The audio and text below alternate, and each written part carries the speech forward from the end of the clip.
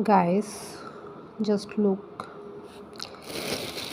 আজকে আমি একটু বাইরে গেছিলাম ছোট্ট একটা কাজে। আমাদের যে হেল্পিং হ্যান্ড আন্টি, আমার জ্বর, ওনাকে দেখতে গেছিলাম।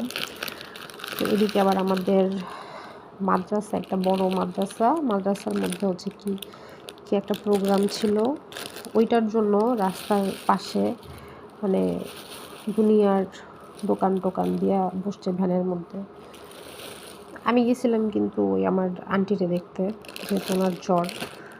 কিন্তু আমি কি করছি, ওই ভ্যান ট্যান দেখা যেগুলা হুদাই, এই যে সুই, আমি তো সেলাই টেলাই ভুলেও করি না।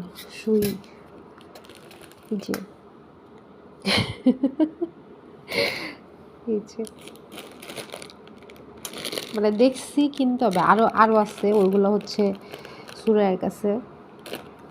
সুরাইয়ের মেয়ের জন্য টুকটাক ক্লিপ, যেহেতু বাচ্চা মানুষ, ওর চুল বড়, ক্লিপ হুদাই কতগুলো টাকা। এখানে আমি প্রায় 450-500 টাকার কেনাকাটা করছি, অকারণে, কোনো কারণ ছাড়া। এটা মেয়ে মানুষের প্রবলেম। এটা কি শুধু আমার মতো মেয়ে মানুষের প্রবলেম, নাকি আরও মেয়ে মানুষের প্রবলেম? তোমরা কমেন্টে জানাও আমাকে, ঠিক আছে? বাট এগুলো কিন্তু কিউট আছে, এগুলো কিউট, এর জন্য এগুলো দেখলে কিনতে মন চায়। কিন্তু আমি বিয়ের পর থেকে আমার সিগনেচার হেয়ার স্টাইল আমি খোপা করি, কেন কিছু জানি না। আরও আছে, অনেকগুলো আছে, আমি রেখে দিছি। কী করছি আমি, আল্লাহ।